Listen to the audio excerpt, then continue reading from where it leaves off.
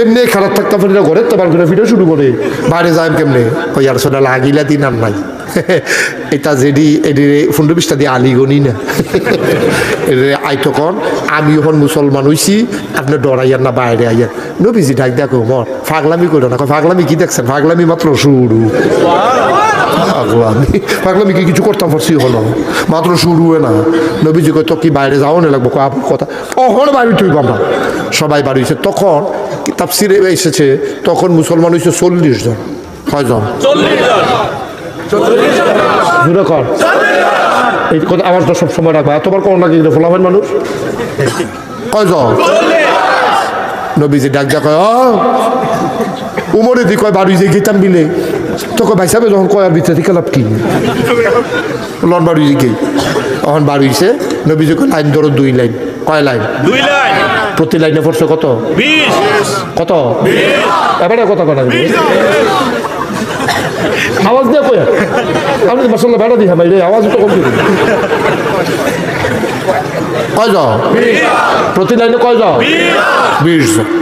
2 লাইনে 40 জন, 20 জন 20 জন করে দাঁড়াই সরছে। এক লাইনের মাথাত খেলছে আমির হামজা। সুবহানাল্লাহ কইতেন না? হস না ডা আরেক বীর পুরুষ আমির হামজা এক লাইন, আরেক লাইনের মাথাত খাড়া করাইছে নবীজিরে।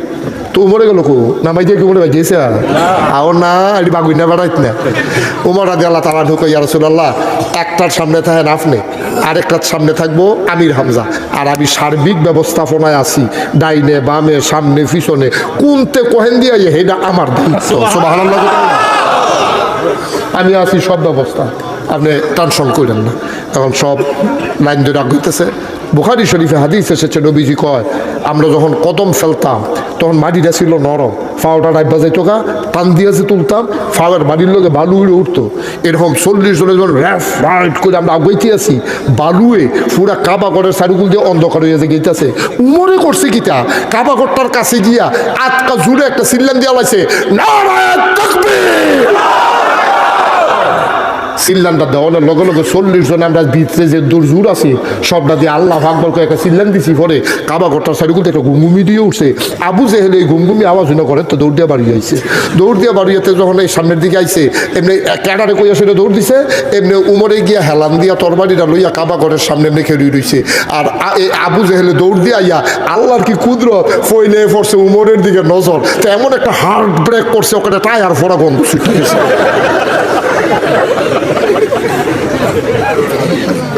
জাগা হার্ট ব্রেক করে তোমার কি আইও নাকি রে আইতের সময় ভাবি রে কই আইও চাইলে চাইয়া দিত তুমি আর ফিরত যাইতা না। ফলা ফেন্ডি কই আব্বা রাখলে ডাক্কা লাইতো তোমারে আর রাস্তা ফাড়াইতাম না।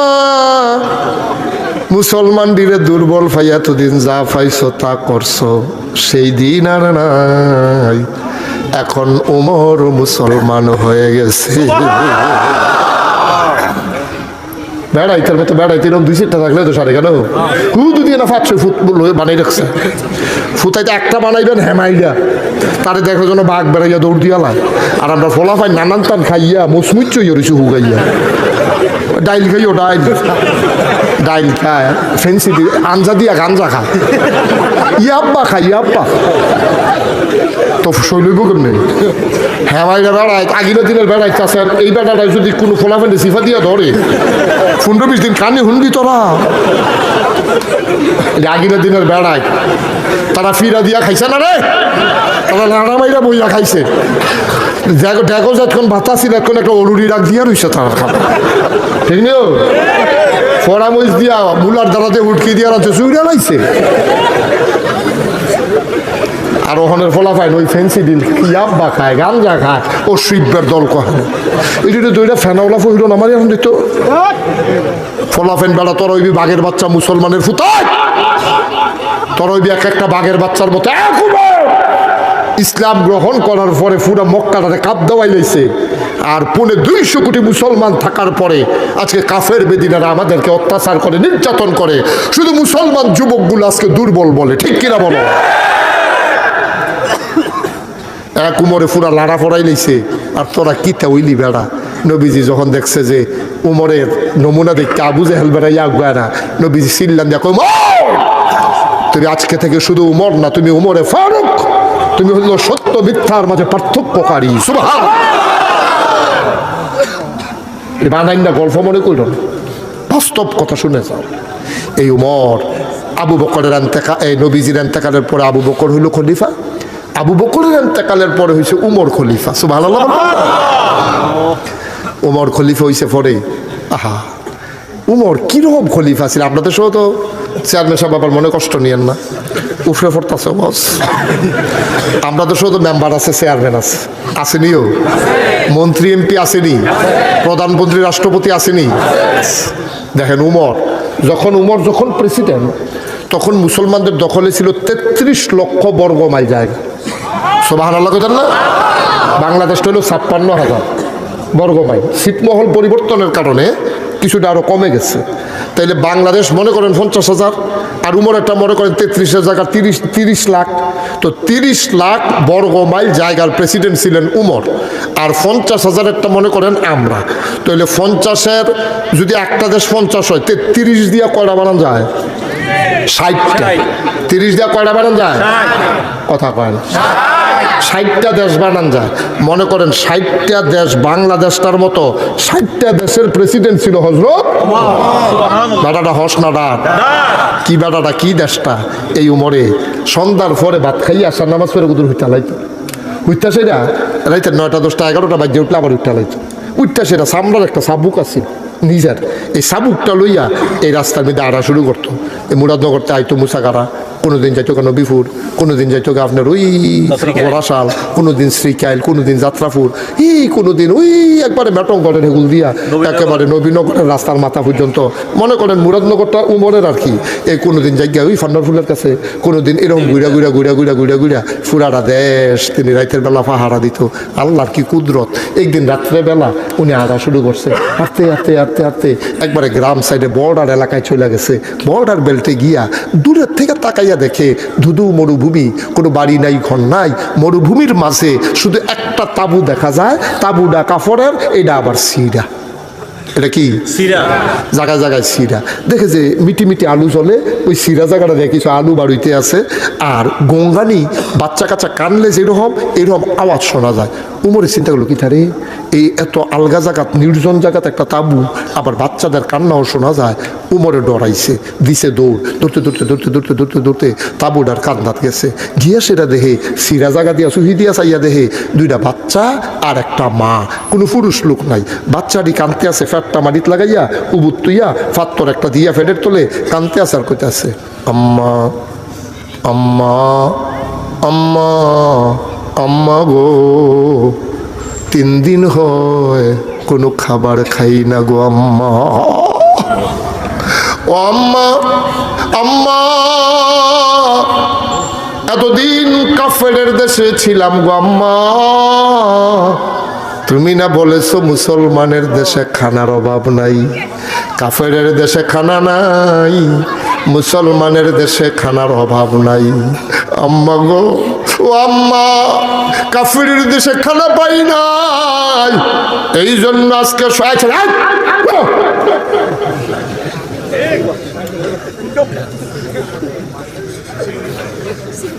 3 দিন হয় কাফেরের দেশে কোনো খানা পাই নাই। আজকে সকালবেলা তুমি ঢুকছো গো আম্মা, তুমি বলেছো এটা মুসলমানের দেশ, এই দেশের ভিতরে নাকি খানার অভাবও নাই। সকালবেলা আসলাম গো আম্মা, সকাল গড়িয়ে দুপুর হয়ে গেল, কেউ তো খবর নিল না। দুপুর গড়িয়ে সন্ধ্যা হয়ে গেল, কোনো খবর নাই। গোধূলি লগ্ন পড়ন্ত বিকেল, সূর্য ডুবু ডুবু, প্রায় কেউ খুঁজে নিল না। সন্ধ্যা হয়ে গেল, অন্ধকারের চাদর পৃথিবী ঢেকে দিল, কেউ তো জিগাইল না। ও আম্মা, মাঝরাত পার হয়ে গেল, খাবার কই গো আম্মা? ও আম্মা, আম্মা গো,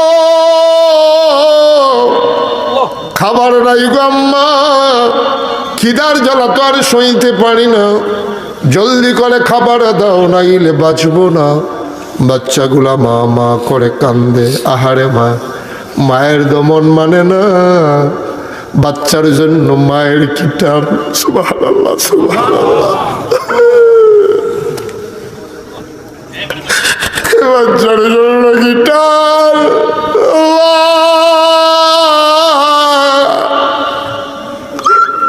খাবার দেবে কোত্থেকে? খাবার তো নাই। মিথ্যা সান্ত্বনা দেওয়ার জন্য মা চুলায় আগুন জ্বেলেছে। একটা পাতিলা বসাইয়া পাতিলার ভিতরে একটু পানি আর পাথর দিয়া কাটি দিয়া লাড়ে, বাচ্চাদেরকে মিথ্যা সান্ত্বনা দেয়, বাবা ঘুমাও, খাবার তৈরি করতেছি, একটু পরেই হয়ে যাবে, ঘুমাই যাও।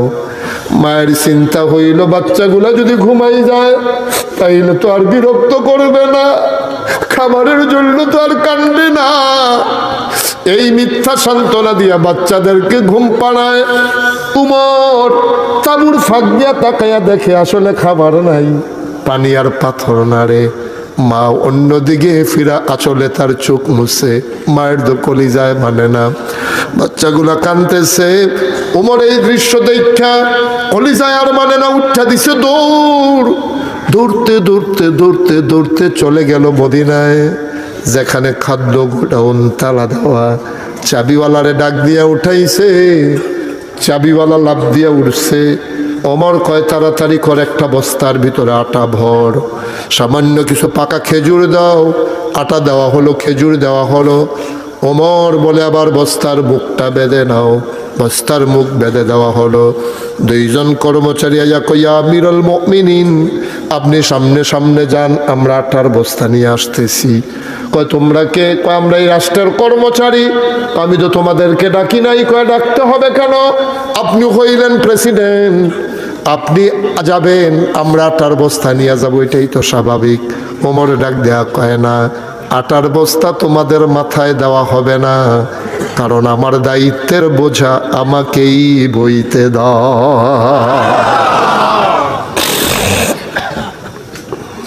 আমার কয় অসম্ভব। কর্মচারীরা কয় চাকরি ছেড়ে দেব, আটার বস্তা নিতে না পারলে চাকরি করব না। কিসের চাকরি করব? কোনো চাকরি করব না, ছেড়ে দেব চাকরি। উমর ডাক দেয়া কয় আটার বস্তা নেওয়ার কি খুব শখ? কয় শখের ব্যাপার না, এটা আমাদের দায়িত্ব। এবার উমর কয় কিয়ামতের ময়দানে আমার তো একটা গোনার বস্তা হবে,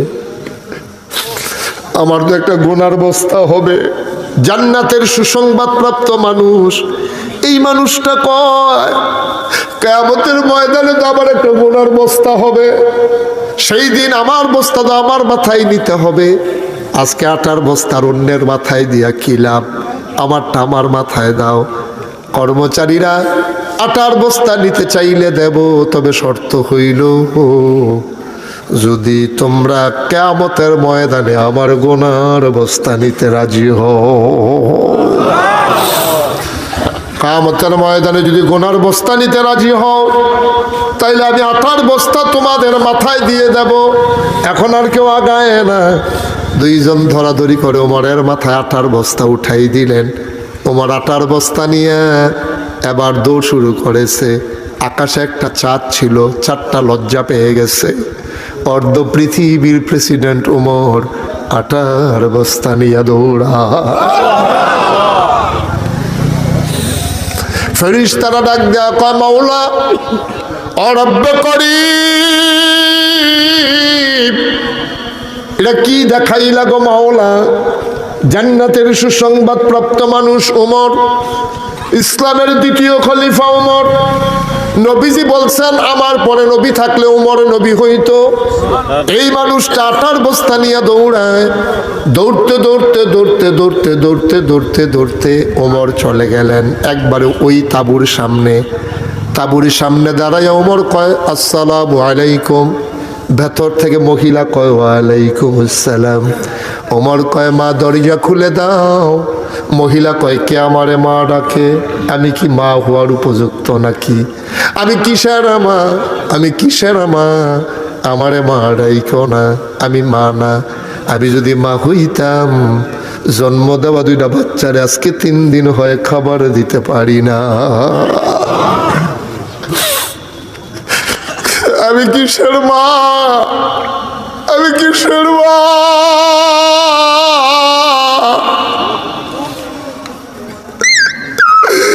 আমার মা ডাকে, আমার মা ডাইকো না।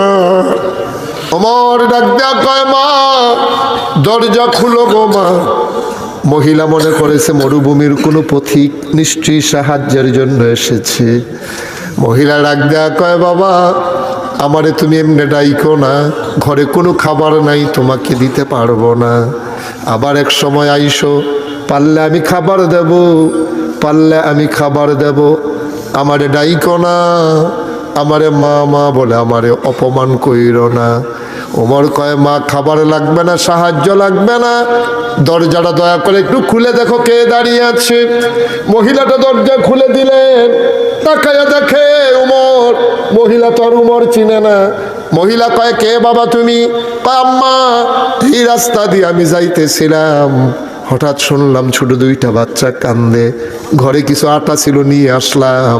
মা তুমি একটা কাজ করো, বাচ্চারা না খেয়ে বোধহয় ঘুমিয়ে পড়েছে, জলদি করে আটাগুলা গুইলা তুমি কয়টা রুটি বানাও, আর এই ফাঁকে নিভে যাওয়া আগুনটা আমি ফু দিয়া ধরাইয়া দিই। অর্ধ পৃথিবীর প্রেসিডেন্ট তাঁবুর ভিতরে ঢুকে ফু দিয়ে আগুন ধরায়, সুবহানাল্লাহ বলবেন না? তারাও মুসলমান, আমরাও মুসলমান।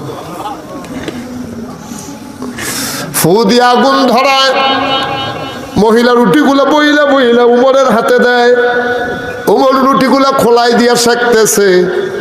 রুটি বানানো হয়ে গেল। ওমর কয় মা আমার ভাইদেরকে উঠাই, কয় উঠাও। ওমর কয় বাচ্চাগুলো উঠাইলাম। রুটি টুকরা করে খেজুরের ভেতর থেকে বিচিটা ফালাইয়া খেজুরের টুকরাটা দিয়া রুটিটা মুখে নিতে চাই। আমার মুখ হাত তো একটা, আমি এক হাতে নিতে চাই, দুইটা মুখ দূর দিয়ে চলে আসে। খিদার জ্বালায় বাচ্চারা সইতে পারে না। আমি এক হাতে দিতে গেলে দুইটা মুখ চলে আসে। আমি একটা মুখ ধাক্কা দিয়া আরেকটা মুখে দেই। এমনি ভাবে খাওয়ানো যখন শেষ হয়েছে আমার তো কলিজায় মানে না। আবার টুকরা করে রুটি আর গুস্ত আমি ওই আম্মার মুখে দিলাম।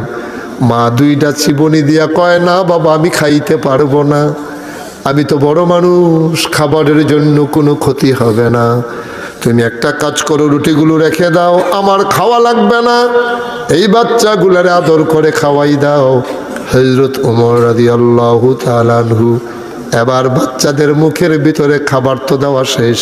ওমর কয় মা টেনশন করো না, আমি যখন আসি সকাল থেকে আর খাবারের চিন্তা নাই। ওমরের লগে আমার বড় খাতির গো মা।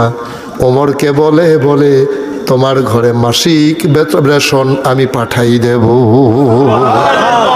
মহিলাটা ডাক দেয়া কয় উমরের কথার বইল না। সকালবেলা ঢুকলাম, উমরের কোনো খবর নাই। উমররে কে খলিফা বানাইছে? তোমার মতো মানুষ থাকতে উমর আবার খলিফা হয় কেমনে? তোমারে কি মানুষ দেখলো না? আমি সকালবেলা বলবো ওমরকে বাদ দিয়া যেন তোমারে খলিফা বানায়।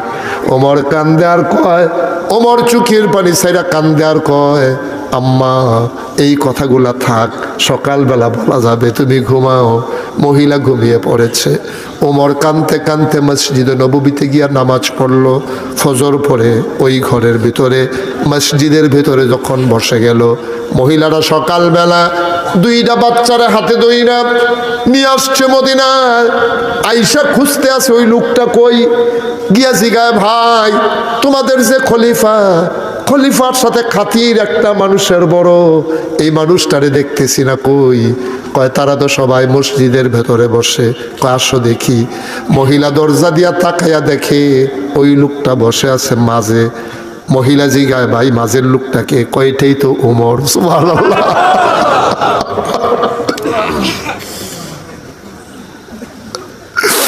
ওইটাই তো ওমর।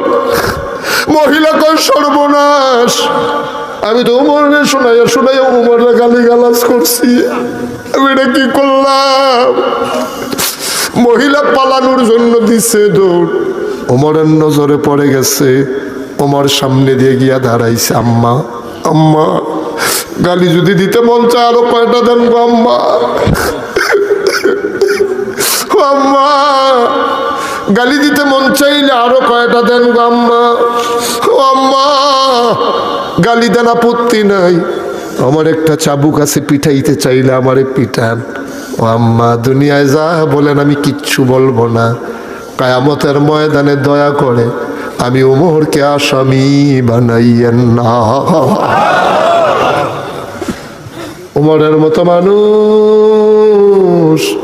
কিয়ামতের ময়দান ভয় পায়। তুমি আমি কেমন মানুষ, কিয়ামতের ময়দান ভয় পাইলাম না।